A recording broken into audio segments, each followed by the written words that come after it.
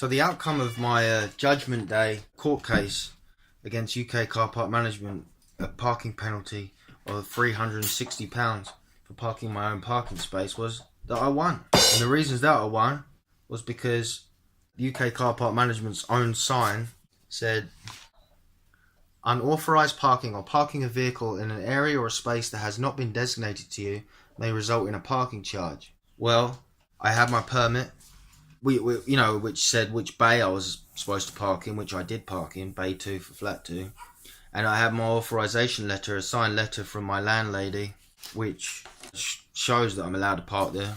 And in fact, I don't even need my permit on display to park there. Because once they contact the DVLA, if they don't like how my permit's displayed, and they find out that I live at that address that corresponds with the bay, then they must rescind the penalty.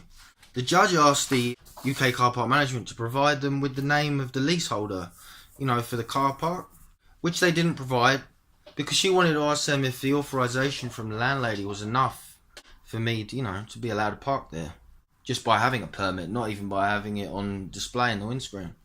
They didn't provide it because they knew that the leaseholder would say, yeah, actually, he's allowed to park there and you can't penalise him. Their lawyer he flopped like a fish on a plate, fresh out to sea. It was a good day, and this time I got some money back. I know it's only 15 quid, but it's for the photocopies for sending the defence package to the court and to those dickheads at UK car park management, and for my train fare. I wish I'd have got... it's the third time I had to go to court against these divs. I should have got the money back for the last two as well. But she couldn't allow that. Still, victory. Victory is mine. Just goes to show you, if this happens to you and you think that you're in the right, don't back down to these bitches. Look at the wording of their own sign.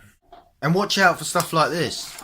Them trying to pin up a different sign and then take a picture of it and give it to the judge and try and trick them into thinking that they didn't get the wording wrong. So then it was all about displaying the permit that gets you out of the fine. Look out for shit like that, because you could win. It's not as black and white as just if they want your permit on display, that's the thing that saves you from the penalty. It's not black and white. There's a grey area, a wide expansive grey area that could save you from going out of pocket. See, look.